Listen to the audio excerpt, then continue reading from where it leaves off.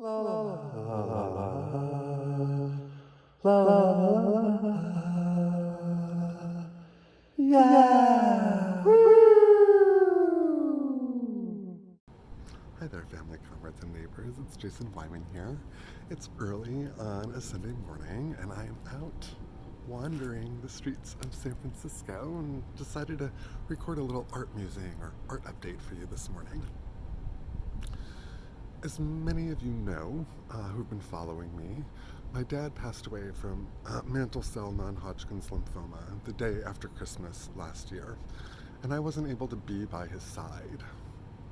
COVID prevented that. Well, shortly thereafter, it was 2021, and I was trying to figure out, well, how do I chart my course in this year? And I do like I always do. I went back and I was looking at the things that were closest in proximity to me. And one of those things was an almanac, a magical almanac that was gifted to me by my dear friends Dan and Tomas for Christmas this last year. And I got inspired. I liked the way that it was structured. I liked that it articulated certain things about values and practices, and it gave a calendar for when holidays were and matched elements to the different days of that calendar.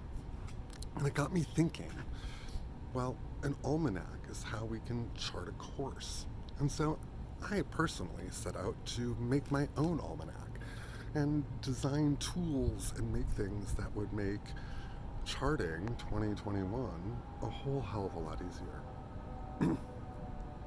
Well, my ADHD got the best of me, as it always does, especially on large projects like that.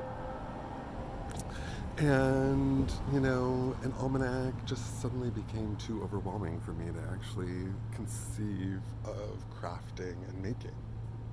And yet during that process, I had an immense creative burst of energy in which I started creating different tools for myself to use to help me build my almanac. Well, it is now almost September, and I'm going to start releasing some of those tools via my blog and via my new shop, queerlycomplex.com. And the goal here is that I want to bring them down into bite-sized pieces. I'm not trying to create an entire almanac. Instead, I'm going to start simply by indexing the things in my cosmos. I realize that the almanac is really just a reflection of my cosmos, and all of these tiny little things that I have been making are also reflections of my cosmology.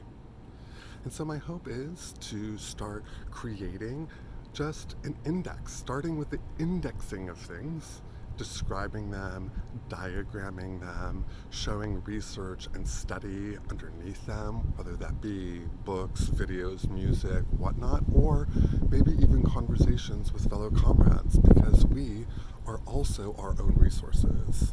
We are our own citations. And so I'm going to be launching a series of small zines indexing things in my queer cosmos. That's what I'm going to be doing.